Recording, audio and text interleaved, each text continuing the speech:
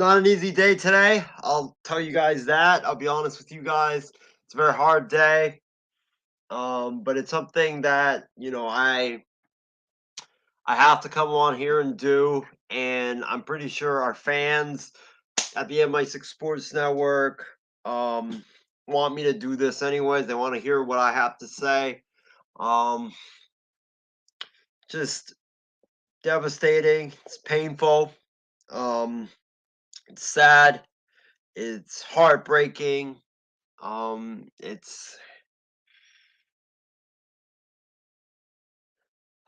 just really gut wrenching what went down yesterday. But before I get into all of that, please, please, please, please, if you haven't yet, please go on the MI6 Sports Network Facebook page. Go on the MI6 Sports Network Twitter and like this video, share this video everywhere. We want to spread the MI6 Sports Network content to everybody around the world. So you guys doing so would really help us out, and it would really help us, get. It would really help us, um, get more eyeballs to viewing our content here on the MI6 Sports Network.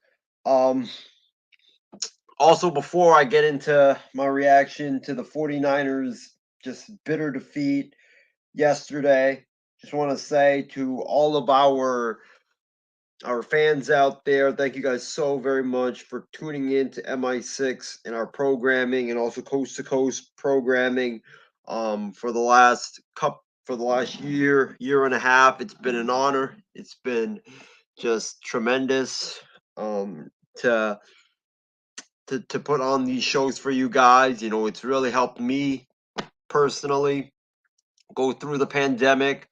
It's helped. I'm pretty sure Callan and a lot of our guys at the MI6 Sports Network and Coast to Coast go through the pandemic. It's probably helped you guys go through the pandemic as well. So thank you so very much for all the love and the support. But let's do what we have to do and let's get into the game yesterday.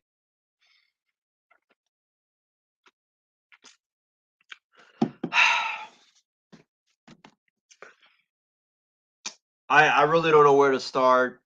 Like I said, it was heartbreaking, gut wrenching, bitter, very sad. Just it hurts. It still stings to this very day. I woke up this morning, woke up, and it still stung. And this is probably gonna sting with me for a long, long time.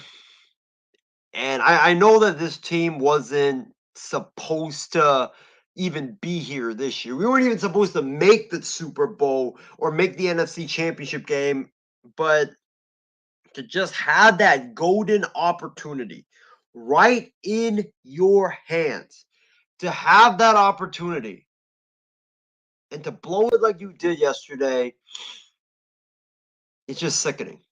It's just absolutely sickening.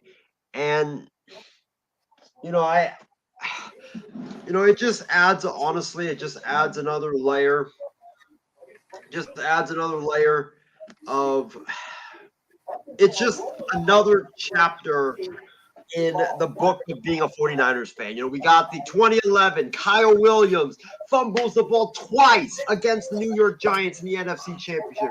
Then you have the next year, 2012, we finally get to the Super Bowl. And then what happens?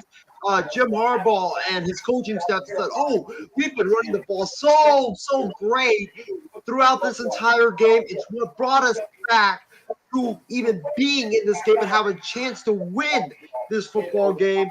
And what ends up happening? Oh, yeah, we're just going to throw the ball 4 times with Colin Kaepernick in the end zone, 4 times, 4 incomplete passes, and that's all she wrote. And then 2013, the Richard Sherman, the great play by Richard Sherman where Kaepernick from the 30 fires it to the end zone. Richard Sherman makes an unbelievable play, taps it back, and it's intercepted, and that's all she wrote for the Niners. And then Obviously the down years, and then the Super Bowl back in 2019, Niners had a 10-point lead. I was feeling very confident, very, very confident. And then what happened is the Chiefs come back. Defense can't get a stop to save their lives. Garoppolo overdose, throws a wide open Emmanuel Sanders. Don't know if we end up winning that game if they score, but another missed opportunity. And then yesterday, Jaquaski Tart, man. 17-14, fourth quarter, 9 minutes left. Matthew Stafford from the 11 fires a deep ball down the middle of the field. And it's picked off, or it should have been picked off by Jaquaski Tart, who was wide open right in the middle of the field. Underthrown pass by Matthew Stafford. Jaquaski Tart had it right in his hand. And somehow, some way, in a play where the Jaquaski Tart probably makes 99 out of 100 times, he misses it. And what happens is the Rams, they get 30 yards and a penalty in the next play, 45 yards total. They go down the field, kick a field goal, and the Rams basically got momentum just like that. And I was at the airport bar watching the game yesterday. I was on my break, and I just saw Jaquaski Tart. I jumped up. I was like, yes, he got the interception. Yes. Then I saw him drop the football. And I'm like, I fell to my knees on the ground. I was like, oh my gosh, man, you have got to be kidding me. And I left the bar right after that because I knew that the game was over. I know the Niners still had the lead. But, folks, momentum is real. Momentum is real. That's why I knew the Niners were going to lose. Once he dropped the pass, I was like, look, momentum swung just like that. It would have been a crippling blow to the Rams. Who knows? He might have had a pick six. He had wide open running lanes. But he dropped it. And, it's just, I'm going to give the Rams credit, obviously, but it's just so heartbreaking, so gut-wrenching, it just hurts, it just really, really hurts to this very day. I don't know if he's watching, but I want to congratulate KC and his Rams on making it to the Super Bowl, well-deserved this year. They finally beat us to snap that 6-game losing streak to us, and they're going to the Super Bowl. We're not. But it's just really painful. It's just really it stings to this very day. And, I'm just probably not going to get over this loss until next season hits, because it's just another chapter in the painful legacy that is being a 49ers fan since the year 1998. Because ever since 1998, all the Niners have done is choke, and choke. It's just how it is, man. But I want to welcome my guy Loro here. We weren't even supposed to do a show today. I just got back from the airport. Loro, how are you doing today? Doing great. Didn't know that you were going to do a show today. Last minute, I didn't want you to be alone. I wanted to come on so that since I'm a Patriots fan, everybody, for those who don't know, but the Rams are my hometown team since I'm from Los Angeles, and I cheer on the Rams when the Patriots are not playing. Yeah, definitely, man. And well, I just did this like last minute show because Khaled and John and everybody else wanted to hear my true feelings on the Niners game. And Loro, I'll tell you straight up, man, that one hurt. That one really hurt for real, because like you said earlier in your opening statement here, Jaquaski Tart should have had that interception. And if he had that interception, then your dreams of a Super Bowl championship would have come true. Yeah. And well, that's why I said that it's just another painful chapter of, being a Niners fan since 1998. Ever since 1998, all the Niners have done is just have painful playoff memories after painful playoff memories, whether it's Kyle Williams fumbling the football, whether it's whether it's Jim Harbaugh and crew, I don't know why, refusing to pass the football on at like the Baltimore Ravens 3-yard line. I mean, it's just been really painful. But I don't know, man. I just think that if Jaquaski Tart gets that pick, I think the Niners win. I think they win. It's probably not over, but it's over in terms of the Rams are feeling deflated. The Rams are feeling defeated. It's probably a pick six going back the other way. It goes from a 3-point game to a 10-point game with 9 minutes left, or with about probably around 8 minutes left. If he gets that pick six, if he doesn't even get that pick six, who cares? Because he can just run it back, get to about the Rams 30-yard line, 40-yard line. You still milk more time off the clock. I don't think the Rams will be able to come back. That right there really decided the game for the 49ers and the Rams, in my opinion. I know we're going to talk about Jimmy G and we're going to talk about Shanahan later on, but Jaquaski Tart dropped my Niners' chances of making it to the Super Bowl yesterday. He dropped our golden opportunity of our golden ticket to Super Bowl 56 yesterday. So that was very painful. But Laura, what was your overall thoughts on this game before we get to our couple questions before we end the program? I mean, if you look at it, Isaiah, my thoughts on this game was like, oh, Niners are starting out strong, and then the Rams just stormed their way back. What we saw this weekend was comebacks. The Chiefs were up 21-3. I thought they had the game in the bag, but that decision by Andy Reid to throw it to Tyreek Hill on the backfield to try to get it to 28-3 at the half did not work. That was a really bad coaching mistake there by Andy Reid and the Chiefs right there. And they gave the Bengals the game. And it's because Andy Reid at times is a really poor clock management coach. But all in all, Andy Reid is a great coach, but his clock management decisions are really bad. I'll tell you that.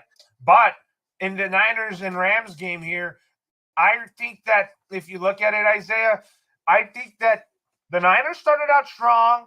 I mean, Jimmy Garoppolo didn't carry this team. It was basically the Niners defense that really got the job done. But Matthew Stafford was due to get back to lead a team to the Super Bowl and experience playing in a Super Bowl. And he's one win away from his first Super Bowl championship ring. And I think he is due for one. But for your Niners this offseason, I think Jimmy G moves on. And it's time to begin the Trey Lance era, and I'm very excited about this new era of 49er football. And I think Trey Lance is going to be ready. I think Trey Lance is going to be an upgrade over Jimmy Garoppolo when it comes to the quarterback position. And I'm really excited to see him out there. He has the weapons to work with George Kittle, Brandon Ayuk, Deebo Samuel.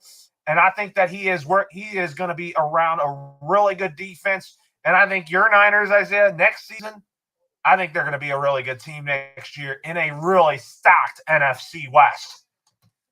Oh, yeah, I definitely agree for sure. I think the Niners' future is bright. I think that when you look at the Niners, that this team, Trey Lance, I can't wait for it. I can't wait for the Bay Area to be Trey area. You got Bosa back. Debo's going to be back. Everybody's going to be back except probably Jimmy Garoppolo.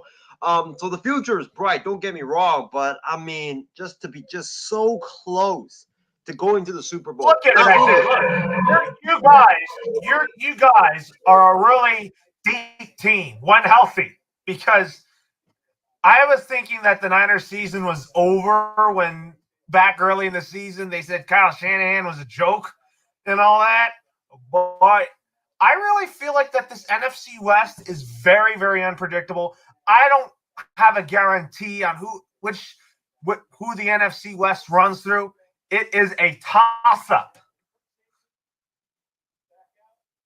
Yeah, I agree. I think it's a toss-up for sure. Who knows? Maybe the Niners could win the division next season. But Lolo, the second question we'll get to, or the topic we'll get to, is who is to blame for this 49ers loss? Before I give my answer and rant about who I am blaming, who are you blaming for this Niners loss? Are you blaming Tart? Are you blaming Jimmy G? Are you blaming, the Niners offense in general? You blaming Kyle Shanahan? Who are you blaming for the 49ers loss? This loss has nothing to do with Kyle Shanahan or Jimmy Garoppolo.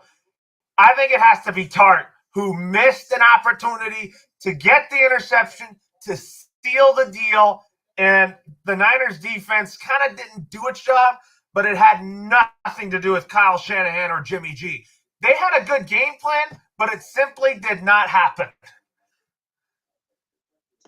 For me, I agree. This loss, as we got a comment from Brandon that says 49ers head coach really likes Jimmy G. I mean, I don't think that's true. I mean, because if he loves Jimmy G, then he wouldn't have mortgaged the future to draft Trey Lance. So I don't think that's accurate. I think the Niners are definitely going to be moving on from Jimmy Garoppolo this offseason.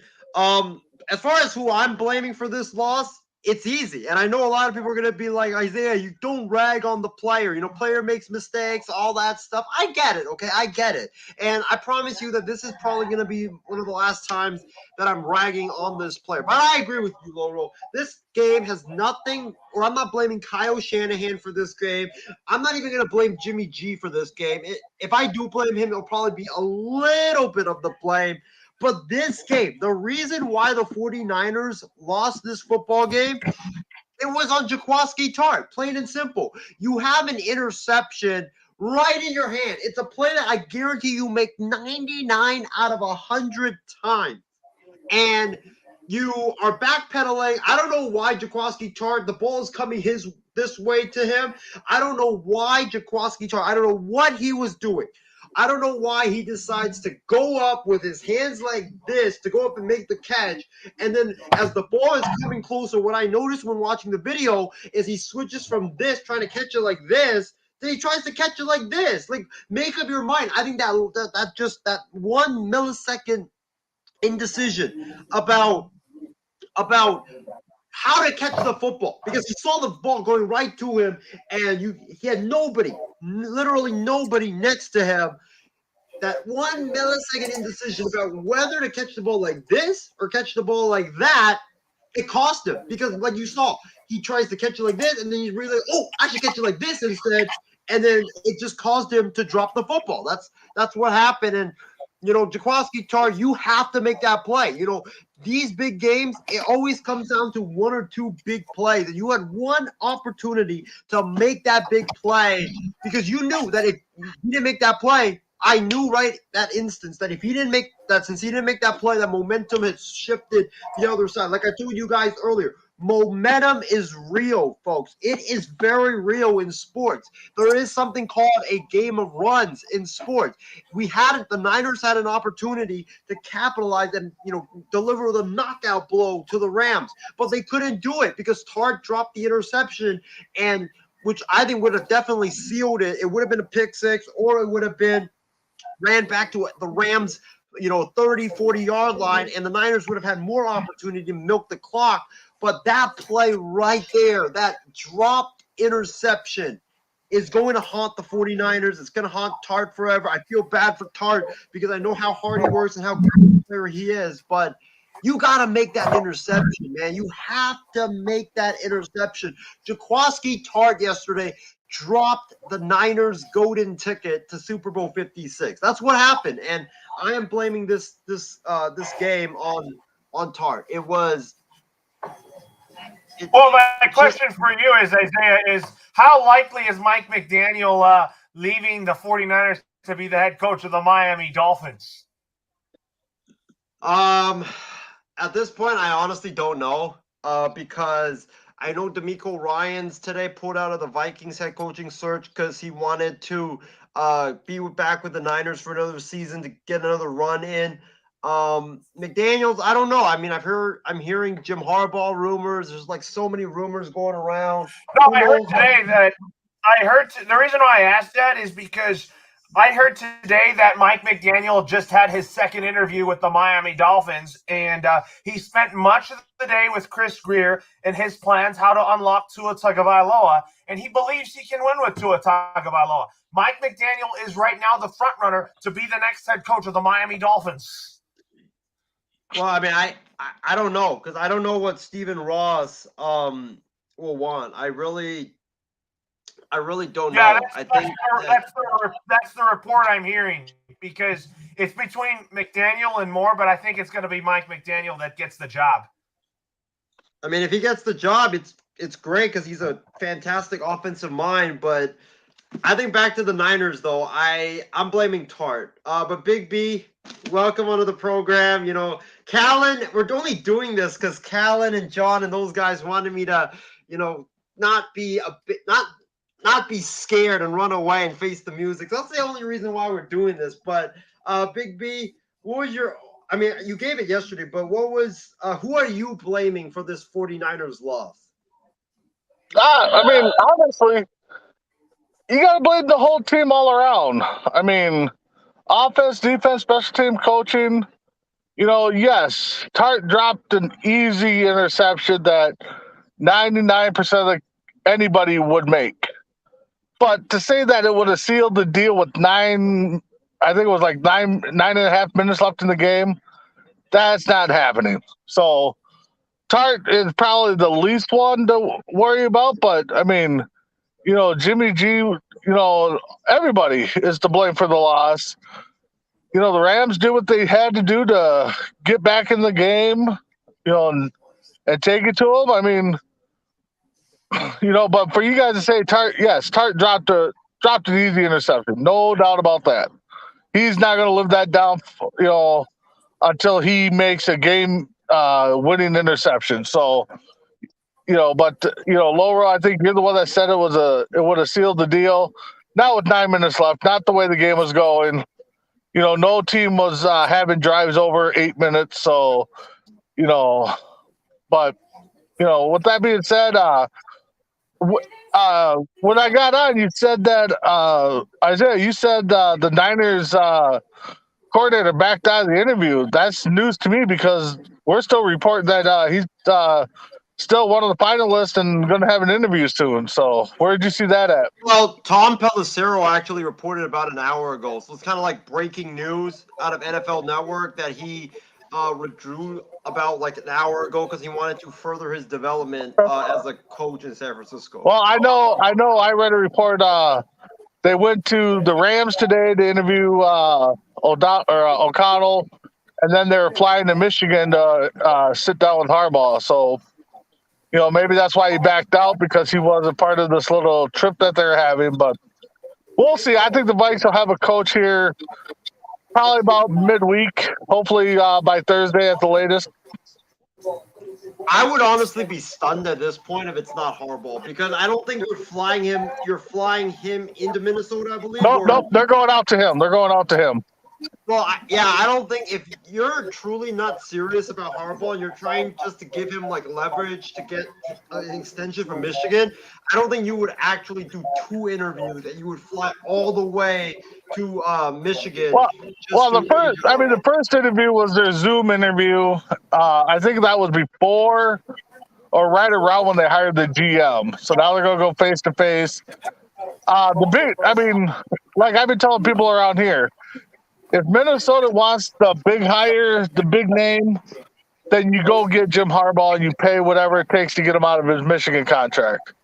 To me, I'm kind of 50-50 on it. I'd like to see them go with a young, up-and-coming coach that's, you know, this day and age kind of coach, you know, instead of this old school coach. So we'll see what happens, and, you know, we'll see where the Vikings go. You know, just like the other teams. Yeah, so Big B, my question for you is how likely is it that Jim Harbaugh is going to be the next head coach of the Minnesota Vikings? And if that were to happen, What do you think he's going to bring to the table? And assuming if Aaron Rodgers stays with Green Bay, would the Vikings even challenge the Green Bay Packers for the top spot in the NFC? They'll challenge. I mean, every NFL year is different. I mean, it's still going to be Green Bay's division to lose. Honestly, it'll still be Green Bay's division to lose if they lose Rodgers, I think, because they still got some decent weapons over there. When Harbaugh brings... What's that? Yeah, I mean, I heard that the Packers might even... I think the Packers are likely to tag Adams. Tag Davante Adams. I was going to say his name, but sorry, it slipped my mind there. Yeah, no, and Rodgers has already come out and said he wants to stay playing with him. So I would say Green Bay is going to stay intact. If they do bring in Harbaugh, I think he's going to bring in that old school style, but yet I think he's going to hire guys that still can do the analytics side of things. And so I think we're going to be a mixture.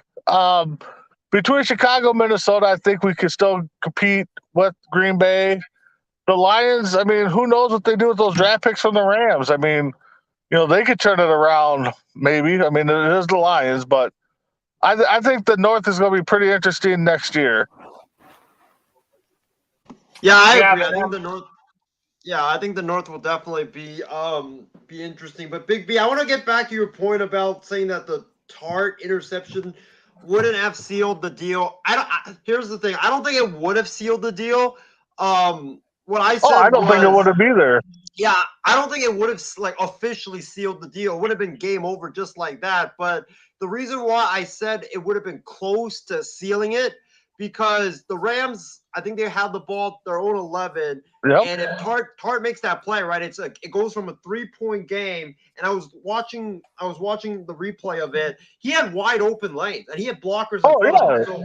No doubt. He catches that. He's running for a while. I'm not disagreeing anything with that. It's just, the way the teams weren't moving the ball, 9 minutes on the clock is almost like having another quarter, because a lot of the times they were 3 and out, or 8. They weren't really moving the ball and they weren't killing the clock. So that's why I just, one of you guys said it would have sealed the deal. I'm just like, 9 minutes left. Neither team was showing that they could keep the ball. Well, yeah, I don't think it would have sealed the deal, but I think it would have been like a close to a knockout punch, because it would have deflated the Rams mentally, definitely. Oh, yeah, it would have. I mean, they would have had. I mean, that Rams defense would have had to stop them quick. I don't know what the timeouts were like, who had the timeouts left, but I mean, if the Rams or if the Niner Tate would have caught, or Tart would have caught the ball, ran. Let's say he gets 20, 30 yards down the field. Now you're putting the Rams in a corner where that defense has got to step up, to get them to just kick a field goal or try to force a turnover. It would have deflated them some, but, I think we would have saw some great football again at the end of that game if he would have caught that pass. Yeah, I think definitely, for sure. Well, that's why I say, it's another chapter in the miserable life that's a Niners fan. But, Yep. Your next chapter is going to decide on if they want Jimmy G or Trey Lance. So, and it sounds like the whole organization's 50-50 on who they want. Oh, I mean, yeah. Like I said earlier, Big B, I think it's Trey Lance, though, guys. And I told you, Isaiah, the Niners drafted Trey Lance for a reason, to be the quarterback of the future, and that Kyle Shanahan needed his own guy. Well, if you don't start Trey Lance, then what are you doing, mortgaging 3 first-round picks to trade for him, essentially? How long has Kyle Shanahan been with the Niners? Has he been there the whole Jimmy G time? He's been there the whole Jimmy G time. So, exactly. So he got his quarterback. He wanted Jimmy G there. So yes, I agree. Is Jimmy G the answer? No. But like I was just listening to Sport Talk Radio, they're reporting that the Niners are 50-50 right now. Some people want them to move on. They're saying Kyle Shanahan is one of the guys that wants Jimmy G to stay there for a year or two. So he might not be sold that Trey Lance is the guy learning like they thought they would. So it's just like here in Minnesota. Everybody wanted Zim to put in Kellen Mond the last game of the year, and he's like, no, he hasn't. I see him every day in practice. He hasn't caught on like we thought he was. So,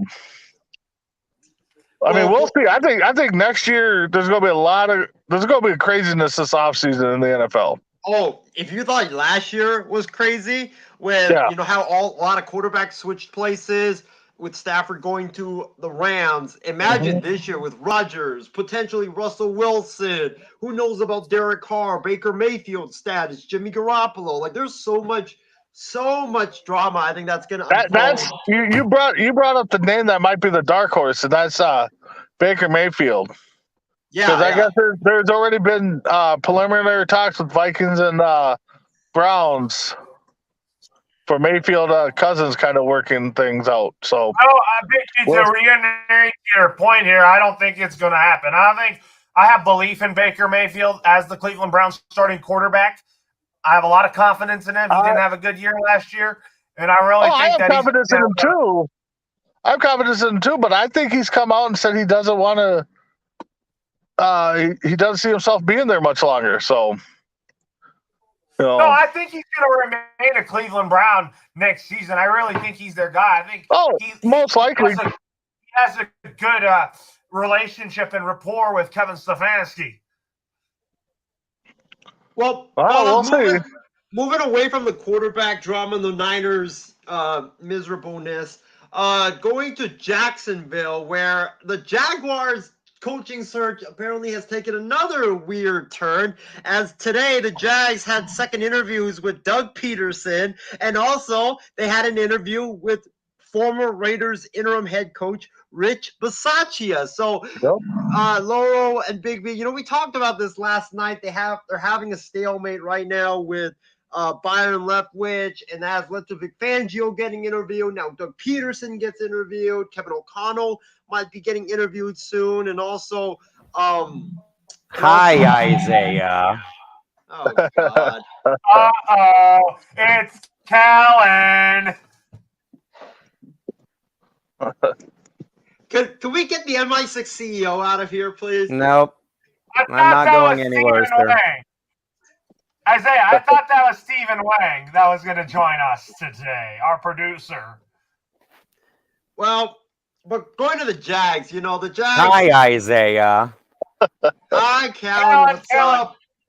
We need to we have a lot of our get off our chest on the Jags, and I really Isaiah, let me just remind you, sir. When was the last time San Diego won a MLB or NFL championship, sir? 1963, when John F. Kennedy was president. Thank you. Quit saying that your life as a sports fan is miserable. You literally have two other people on here who haven't seen their teams win crap. Well, I said my life as a Niners fan is miserable. Look, my Patriots were a dynasty, man. And then since Brady left, I mean, our team has just been. I really didn't ask about the Patriots. I asked about Isaiah whining about his life as a sports fan. Yeah, I mean, Isaiah, come on. I mean, my team outside the Lynx haven't won nothing since '91. Vikings haven't won a Super Bowl at all. Timberwolves stink. So, and the Wild, I mean, yeah, they're looking good, but they still haven't won nothing. I mean, so Colin has a lot longer drought than I do, but that's a drought. Your life as a sports fan, Leung, is not miserable. Get over it. Your Niners have been to the Super Bowl more recent than mine and Colin's teams have. Good night. But going to the Jags, the Jags, every day it seems like their coaching search takes an interesting turn. First it's Byron Leftwich, and then we hear about the stalemate, and then Vic Fangio interviews, and now apparently Rich Bisaccia is getting an interview, and Doug Peterson is getting another interview. And I think there were reports from today that Josh McCown might also get an interview. Who knows? But I mean, it's just a mess right now in Jacksonville. Loro, what do you make about this whole mess, the latest developments in Jacksonville?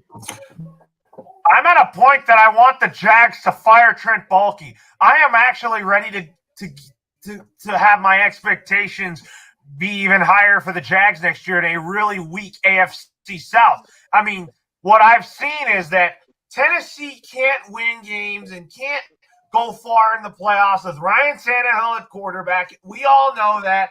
Their offense is built around Derrick Henry and A.J. Brown. I like Mike Vrabel, but, I think that Tennessee and Indy are going to be good teams, but the AFC South should run through Trevor Lawrence, and I want to see Trevor Lawrence be the king of the AFC South already because he's a generational talent. He was in a bad situation last year. He better be watching what Joe Burrow did to the Bengals this year so that he can do the same thing, take in his second year in the league for the Jags to go from worst to first. It needs to happen if they hire the right head coach. And that's all I'm concerned about. And I think that I didn't even pick the Jags to win the division heading into this upcoming season, Isaiah. I wanted to have Trevor Lawrence build from the ground up because the NFL is a faster game here. And I want the Jags to nail their offensive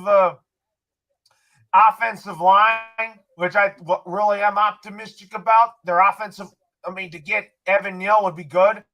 And I also want them to draft Justin Ross to pair with Travis Etienne and Trevor Lawrence to get that Clemson Tiger reunion because I think DJ Chark might not be around much longer because I think Trevor Lawrence is lobbying for the Jags to draft his boy Justin Ross. But when it comes to their head coach, I am still optimistic that they will get Byron Leftwich to be their next head coach. But I'm just wanting Shad Khan to just fire Trent Baalke out of Jacksonville. He doesn't deserve to be a general manager. I mean, he, like you said, Isaiah, he drafts players that get hurt and can't stay healthy. And he always leaks information on head coaches. So I really think that if you look at it, folks, that's why I'm optimistic that Jacksonville can be that Cinderella story in 2022 if they hire the right head coach, Isaiah. And I want to be with you on that Jacksonville hype train so that they can win the AFC South over Tennessee and Indy because I think Trevor Lawrence can be better than Carson Wentz and Ryan Tannehill. Laura, what is your overall thoughts, though, on Rich Bisaccia interviewing for the Jags job? You think it's officially become a clown show there in Jacksonville? It is, but if he gets the job, he could give the Jags some hope because of what he did in Oakland when he worked with Derek Carr at quarterback. And if he works with Trevor Lawrence, I think it would work out if Bisaccia is the head coach. I think that he would be in a good place with Lawrence at quarterback. But I really think with the Jags having a lot of money this offseason to spend, I really think they need to use that money to invest on their defense and also addressing their offensive line. Big V, go to you next on this. You heard about the latest regarding the Jags. Another day, another round of crazier topic or crazier interviews coming in. What is your thoughts on the latest regarding the Jags coaching search? Do you think that Byron Leftwich, he's not going to be the Jags coach? Am I right? Yeah, I wanted him to go there, but I think with the comments I read that he wanted the GM out, and he wanted to be the next one or when they hire a GM, he wanted input on it. To me, you don't go in there as a first-time head coach and demand that you fire the GM and I want to be the next guy. Now, if it was a Jimmy Johnson, Bill Belichick, guys with some criteria, then maybe you might listen to them. So I think Leftwich went from the front runner to now he's trailing way behind. The guy from the Raiders, I think, would be a good hire because of what he did for the Raiders. I think he got a raw end of the deal on that side. Outside of that, I mean, it's going to be who's who of coaches, I think, in Jacksonville. And, for them, they're going to have a lot to do. They got a lot of cap space, what Loro said. I mean, yes, they could easily turn this around if they get the right pieces in place. But You talk about Tennessee not, Tannehill not being the quarterback. If I'm Tennessee and I think I'm one piece away, and that being a quarterback, I'm going to go out and do what the Rams did and throw out some draft picks and a couple players, and maybe entice Seattle to give me Wilson, Packers to give me Rodgers, or even maybe the Raiders to give me Carr if I think I'm one piece away, or maybe even if Minnesota, calling for Cousins. I mean, give me a veteran quarterback that's better than Tannehill. That's gonna drive us into the playoffs. But I still think the Jags are a few years away. I mean, don't get me wrong. Next year, Jags could go 10-7. I mean, if they put the right pieces in place. Is it likely?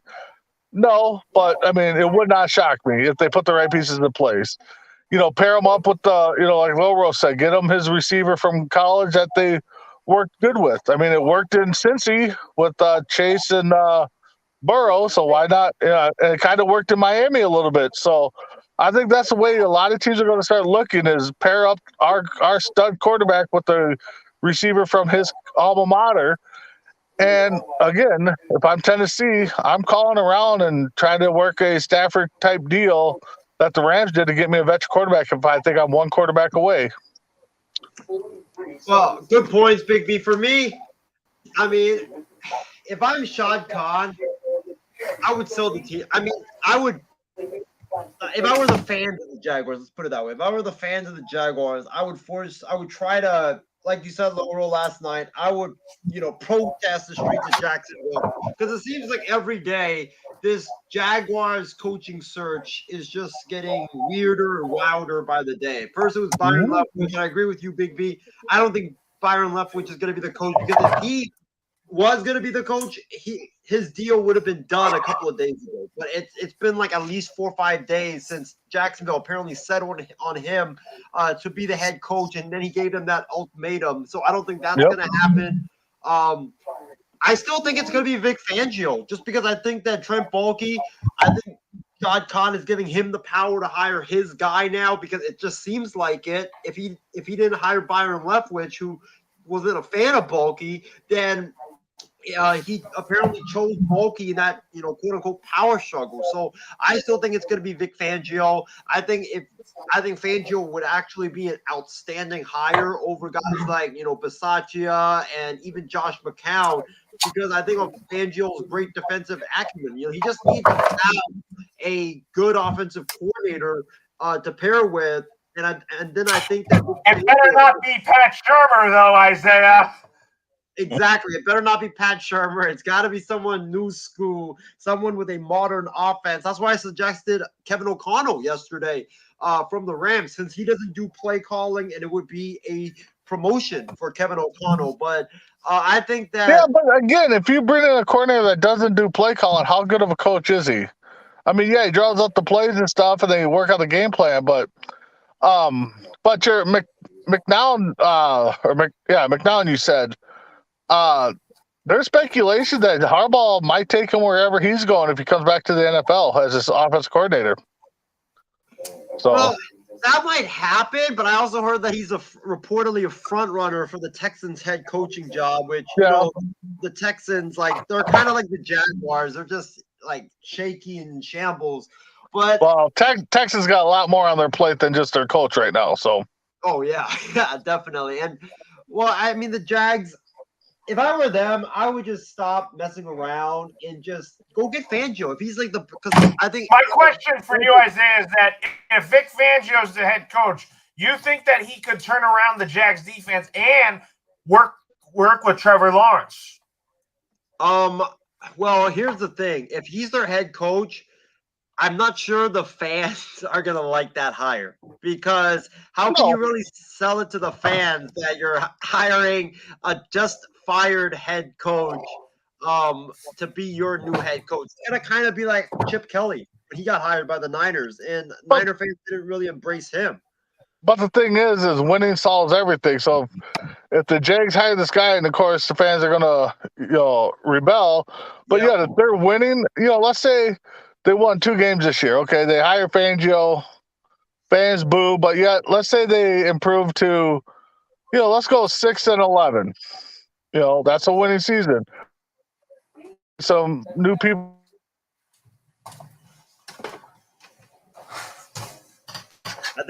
I think Big B's frozen on. Big B, we got you.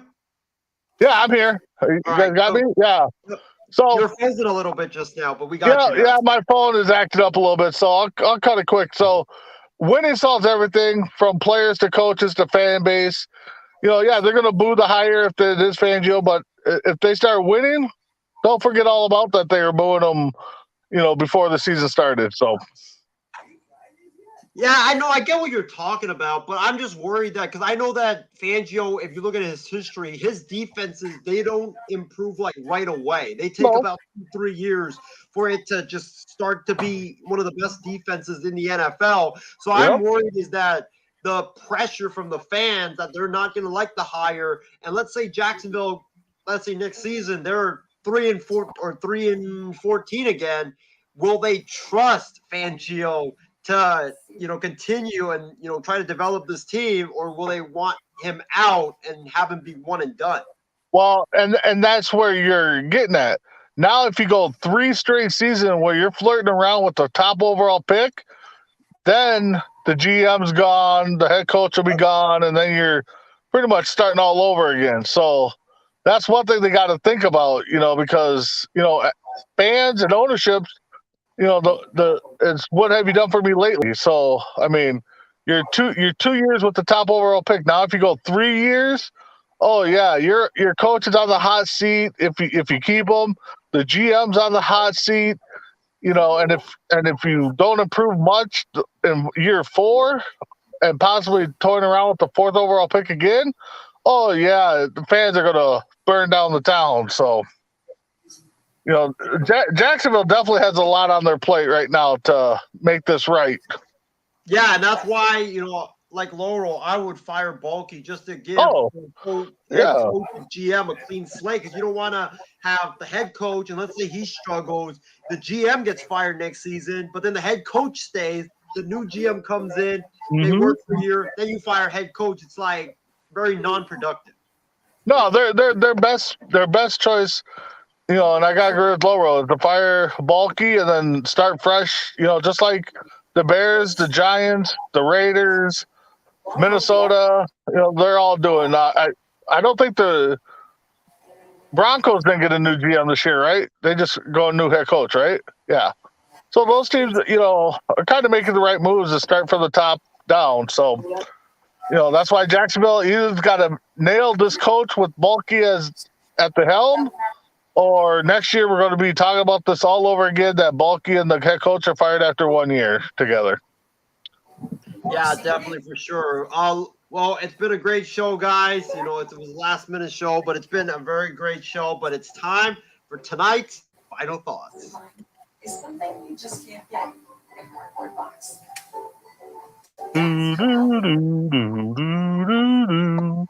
Laurel, you have final thoughts? Oh, yeah, I got it.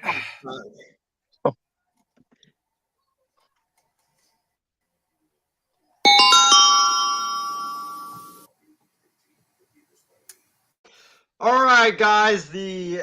It's been a great show. Like I said earlier, it was a last-minute program, but it was a great show. But Big B, thank you so much for joining us off of work. What is your final thoughts for tonight's program? My final thoughts is I think this NFL playoff season, I said it earlier on another show I was on, 4 Bros on Coast to Coast.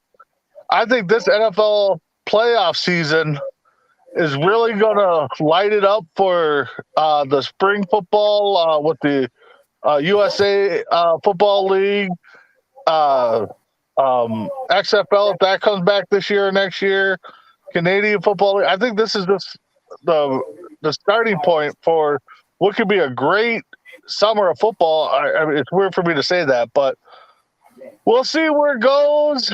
And thank you for having me on. Laurel, what are your final thoughts for tonight's program? It was a good last-minute show.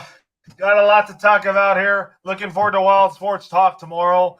I mean, we're gonna have a lot to talk about with the Pro Bowl and all that. I'm looking forward to our Super Bowl preview on the Extra Point on Sunday. Isaiah, aren't you looking forward to that? I'm definitely looking forward to that. I can't wait to, I'm starting to drum up kind of a prediction, not the full prediction yet, because we still got a long way to go. But for sure, I can't Well, wait. Isaiah, you only have 2 teams to pick from, so don't overwork that young mind of yours. I'll try not to. I'm trying to crunch the numbers and see what to go with. But it's been a great show. Thank you to all the fans for tuning in, and thank you to Low Row and Big B for tuning in last minute. But for Isaiah, Low Row, and Big B, have a great night, everybody. Stay safe, and we'll see you guys tomorrow for another edition of Wild Sports Talk. Have a great night.